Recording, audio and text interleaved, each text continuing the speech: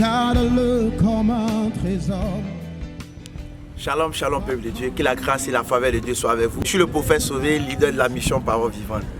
Aujourd'hui, le Saint-Esprit m'a mis à cœur de partager un message de la foi en 5 minutes avec vous. Amen. Je crois que l'Éternel est béni. Seigneur, nous allons prier. Seigneur, nous te rendons grâce, nous bénissons ton nom pour ce moment. Nous te prions de nous assister pour la gloire de ton nom. Au nom de Jésus. Amen. Le message que le Seigneur m'a donné, c'est en Hébreux chapitre 11, verset 1. La Bible dit, « Or, la foi est une ferme assurance des choses qu'on espère, une démonstration de celles qu'on ne voit pas.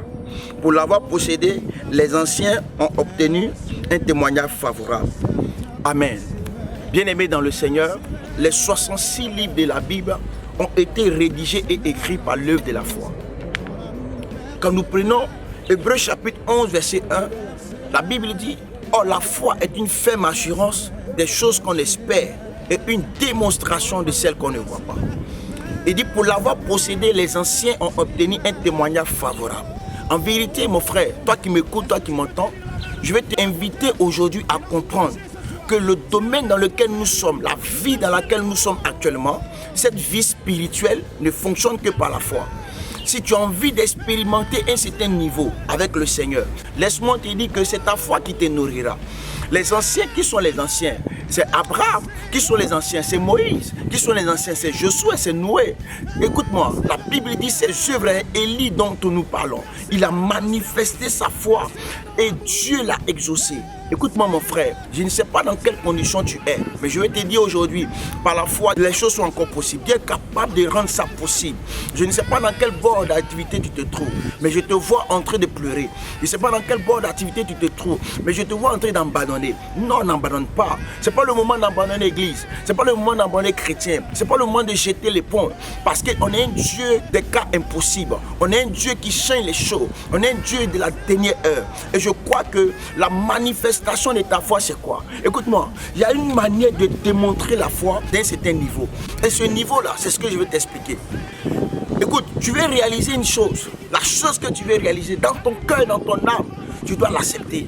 Dans ton âme, tu dois accepter que ce que je veux réaliser est déjà réalisé dans mon cœur.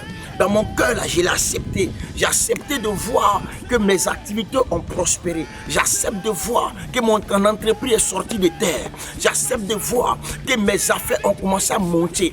Et cette acceptation de cœur amène la production dans ta vie.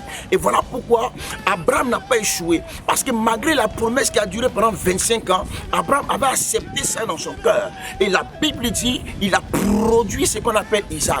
Je sais que ton Isaac sortira. Mais ce que je vais te dire ce soir, c'est que tu as besoin de manifester, démontrer la foi d'une certaine dimension. Et quand tu veux atteindre un certain niveau, la foi dont je parle, elle n'est pas une foi mesurée. Tu ne dois pas la mesurer. Tu ne dois pas dire non, si j'essaie, peut-être que ça ne va pas marcher. Et là, si je fais ceci, peut-être que ça ne va pas bouger. Non, toutes les conditions ne viennent pas de toi.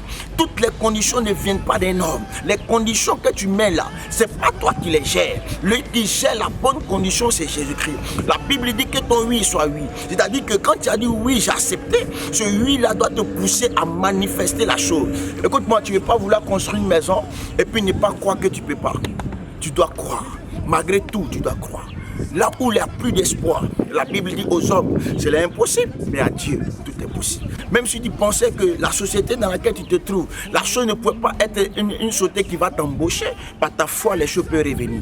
Je vais bénir le Seigneur pour ta vie, je vais bénir le Seigneur pour ton âme, parce que je sais qu'au travers de cet enseignement, ta vie va se relever. Champion, lève-toi. Écoute-moi, Église, lève-toi. Relève-toi. Toi qui es à terre, relève-toi. Relève-toi parce que c'est encore possible. Oui, ta maison est encore possible. Oui, ta construction est encore possible. Ton voyage est encore possible. C'est-à-dire, ton mariage est encore possible. Dieu attend seulement ta foi. Il n'attend pas une autre chose.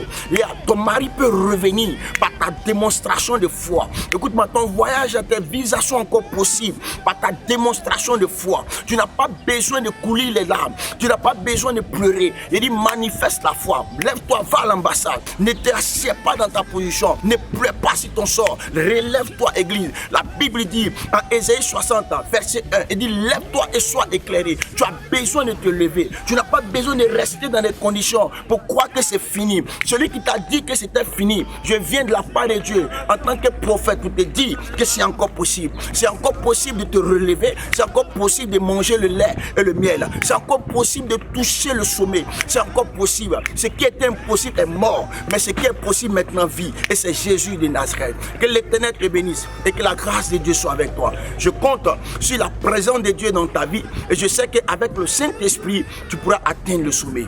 Que la gloire revienne à Jésus-Christ. Au nom de Jésus que j'ai béni. Quels que soient les cours que tu peux avoir, persévère, persévère.